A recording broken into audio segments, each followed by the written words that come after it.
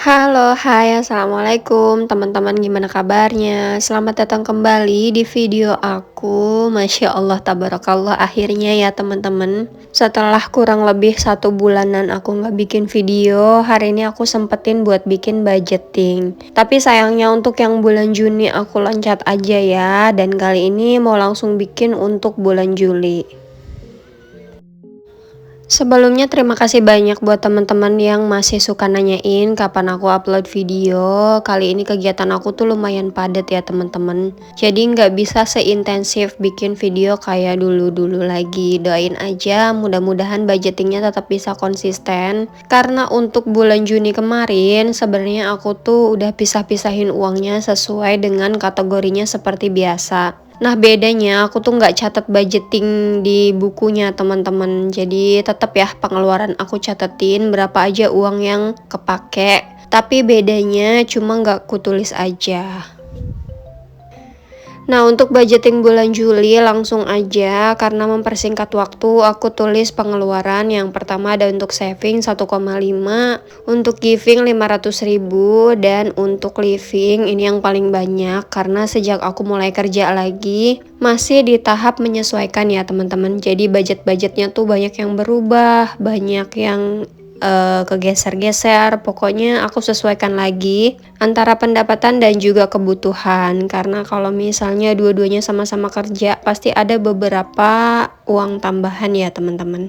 Nah ini mulai dari belanja bulanan masih sama 300.000, belanja mingguan di sini aku naikin lagi, tadinya kan 800, kali ini jadi 1 juta. Kemudian untuk galon dan gas masih sama 100.000, untuk iuran lingkungan 100.000, untuk listrik 200.000, pulsa 200.000, dan PDAM 100.000. Kalau seputar kebutuhan rumah rata-rata itu tetap ya sekitar 2 sampai dengan 300.000. Nah yang berubah cuman di belanja mingguan sama uang transport. Kalau misalnya belanja mingguan berubahnya karena aku jarang masak, seringnya beli, jadi makin lama makin besar gitu biaya yang dibutuhkan. Sedangkan kalau untuk uang transport tadinya kan suamiku aja yang kerja. Nah kalau sekarang dua-duanya kerja jadi otomatis budgetnya nambah. Dan yang terakhir ada uang cadangan, aku sediakan 500.000 ya, karena akhir-akhir ini lagi banyak yang kondangan nih teman-teman. Kalau di tempat teman-teman sendiri gimana nih? Kayaknya hampir semua tempat sih ya lagi banyak yang nikahan, jadi kita harus antisipasi nih gimana caranya biar nggak ganggu tabungan utama.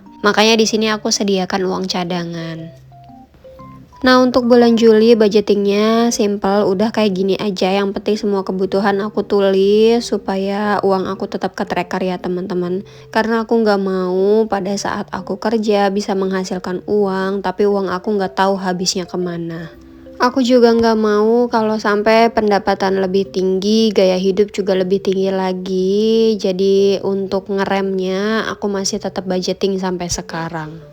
Oke, masuk ke pembagian uangnya. Yang pertama untuk saving, totalnya itu 1,5 juta, tapi aku bagi-bagi lagi untuk 5 kategori. Ada untuk pajak motor 30.000, untuk lebaran 70.000, untuk kontrakan 800, ongkos pulang kampung 300, dan untuk mesin cuci 300. Ini tuh kategori-kategori yang menurut aku penting ya teman-teman. Maksudnya gini, penting untuk didahulukan karena emang ini termasuk ke dalam sinking fund yang bener-bener aku butuh saat ini. Contohnya aja ada untuk bayar pajak motor. Di sini tiap tahunnya itu 300.000, dan aku udah mulai sinking fund ini dari beberapa bulan lalu. Dikumpulinya juga murah kok, nominalnya nggak terlalu besar, per bulannya cuma 30.000.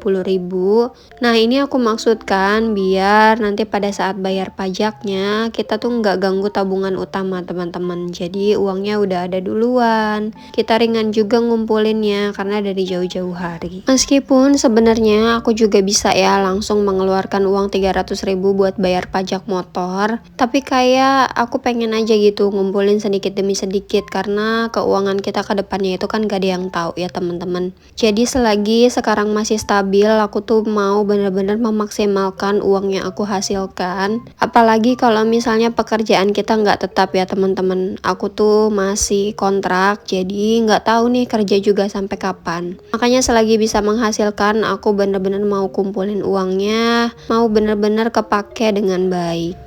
Oke, untuk saving semua uangnya udah aku pisahin. Lanjut lagi kita ke kebutuhan ya teman-teman. Seperti biasa dompetnya itu lain biar nanti uangnya nggak kecampur-campur.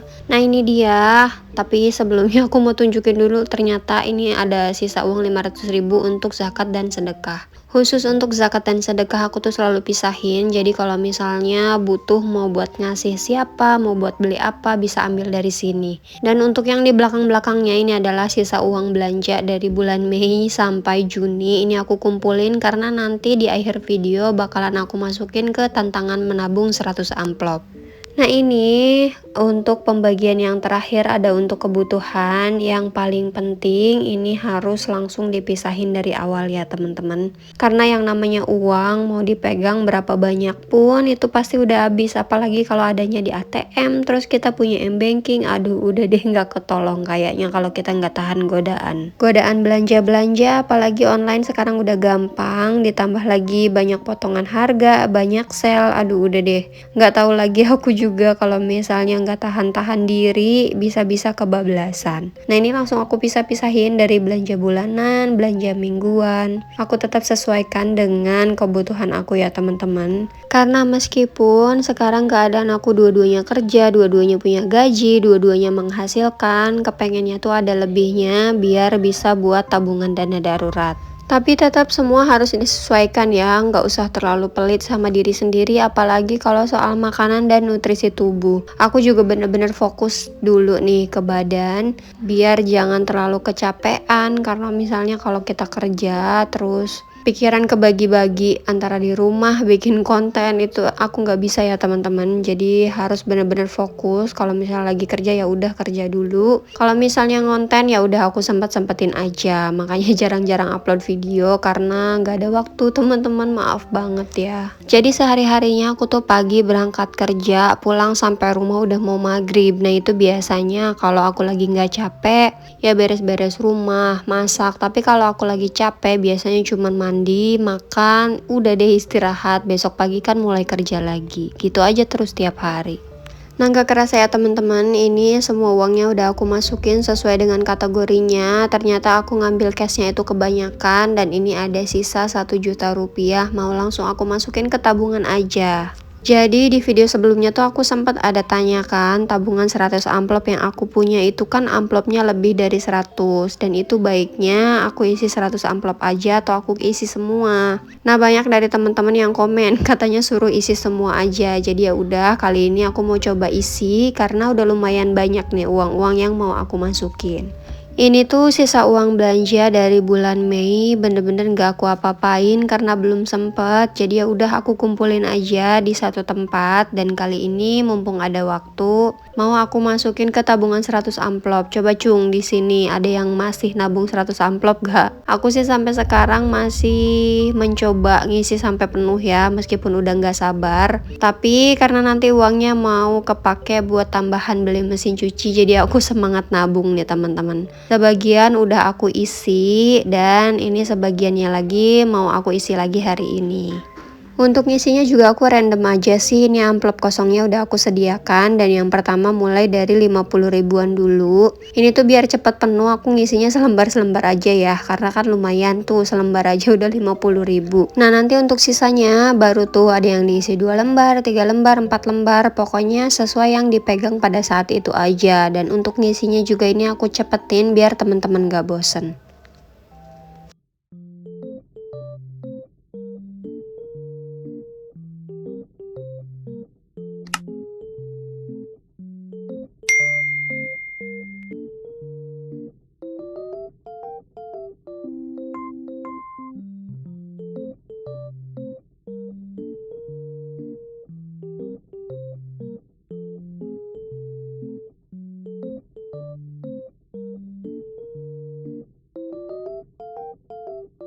Nah dengan uang sebanyak itu ini tuh masih banyak amplop kosongnya ya teman-teman. Mungkin 1-2 bulan lagi baru semuanya penuh. Dan aku juga sebenarnya udah gak sabar sih ini mau bongkar, tapi tunggu nanti deh sampai penuh semua baru dibongkar.